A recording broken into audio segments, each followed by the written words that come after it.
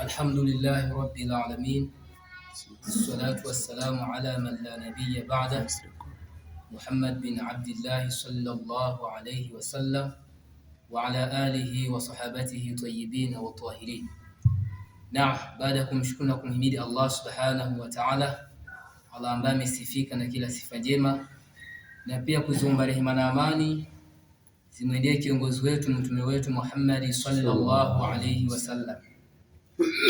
Tukiwa ndani ya mwezi wa Shaabani, ikiwa mukabala mbele yetu, tunajiandaa na kuendea mwezi mtukufu wa Ramadhani, mwezi ambao ni mwezi bora, umejaa fadhila za kila aina, ambao ndani yake katika fadhila zilizokuwa kubwa ni mwezi ambao Allah subhanahu wa ta'ala anzala fihi alhuda, ameshusha ndani yake mwongozo, kama qala subhanahu wa ta'ala, kama alivyosema Allah subhanahu wa ta'ala, shahru ramadhana alladhi unzila fihi alqur'ani hudan linnas wa bayyinatin min alhuda wal furqan.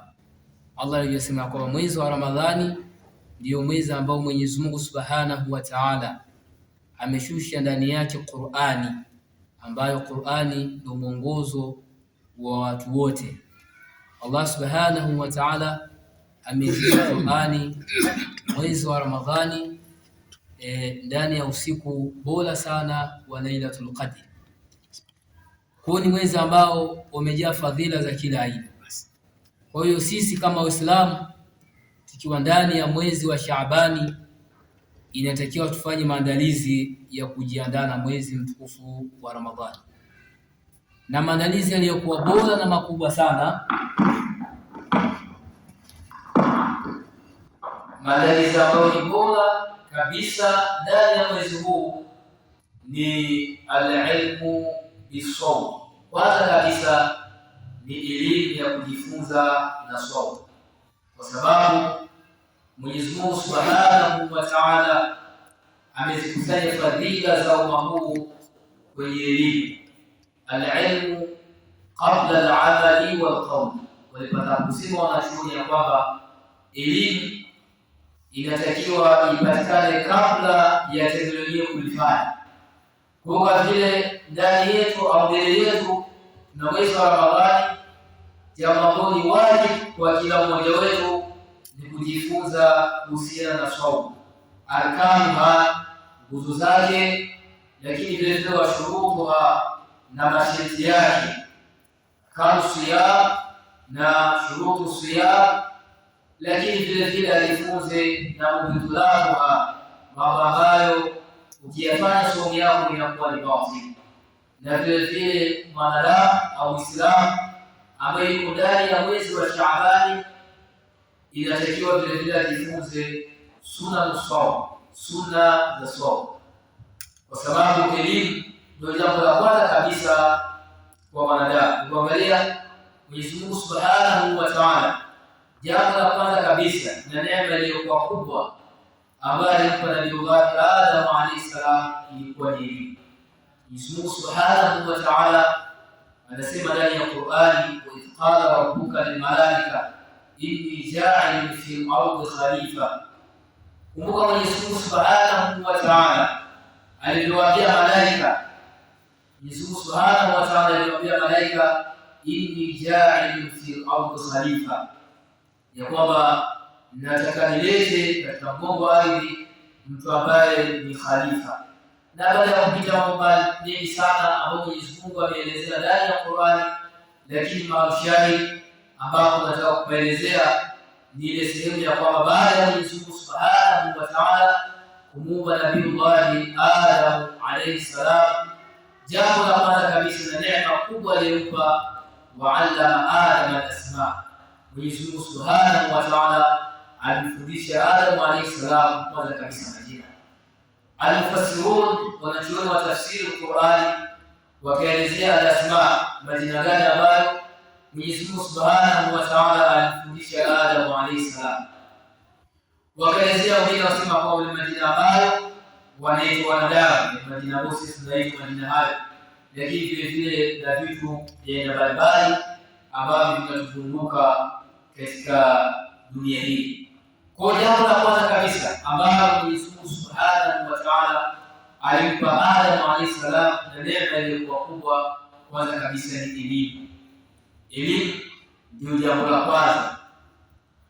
Lakini vile vile hata kwa Sayyidina Muhammad, Mwenyezi Mungu Subhanahu wa Ta'ala jambo la kwanza kabisa alimpa wahi, alimwambia iqra bismi rabbika alladhi khalaq, soma kwa jina la Mola wako. Jambo la kwanza kabisa Mtume sallallahu alayhi wasallam anaamrishwa kabisa kwanza asome. Hizi zote ni fadhila kuonyesha ubora wa kutafuta elimu, ubora wa kutafuta elimu. Jambo la kwanza kabisa kwa mwanadamu na lililokuwa kubwa na lenye fadhila ambalo vile vile ndio mirathi ya anbiya, ndio mirathi ya mitume, ni elimu. Kwa sisi Waislamu ambao tuko ndani ya mwezi huu wa Shaaban, jambo lililokuwa kubwa kabisa ambao ndio maandalizi yaliyokuwa makubwa kuliko maandalizi mengine, ima kuandaa maandalizi ya iftari ndani ya mwezi wa Ramadhani au damu. Haya yote ni katika maandalizi, lakini maandalizi yaliyokuwa makubwa ni al-ilmu bisom, ni kujifunza na somo. Kaifa nasum, vipi tutafunga, na kujifunza vile vile vipi tutatambua kuingia mwezi wa Ramadhani, kujifunza masali na hidari, mambo ya mwezi. Sasa hivi imekuwa ni changamoto kubwa sana, vurugu mbalimbali unapoingia mwezi wa Ramadhani, lakini vile vile unapoisha. Haya yote yanasababisha kwamba ukosefu wa elimu kwenye jamii ya Kiislamu. Elimu ndio jambo la msingi sana, na lao watu walikuwa wanakaa kwenye majalisi mbalimbali wakijifunza elimu, wakafundishwa masali fulani, mambo ya mandamo, namna mwezi wa Ramadhani unapoingia na unapoisha, basi isije kuwepo mitakatifu hii na furugu mbalimbali, mpaka kafikia baadhi ya wengine kufanya takfiri, kufundishana. Hii yote ni kwa sababu ya adamu maarifati bilhilali, ni kutokuwa na elimu ya masala ya mwezi. Kwa hiyo maandalizi ambayo inabidi tufanye, kwanza kabisa ni kujua somo ni nini, na kujua vitenguzi vyake, kujua nguzo zake, kujua masharti yake, vile vile na mubahati siyam, mambo gani kiyafanya mwezi wa Ramadhani hayaharibu somo. Hili ndilo jambo ambalo ni la msingi na kubwa, lakini vile vile la wajibu kwa kila Muislamu, sababu swala la kusoma ni wajibu kwa kila Muislamu.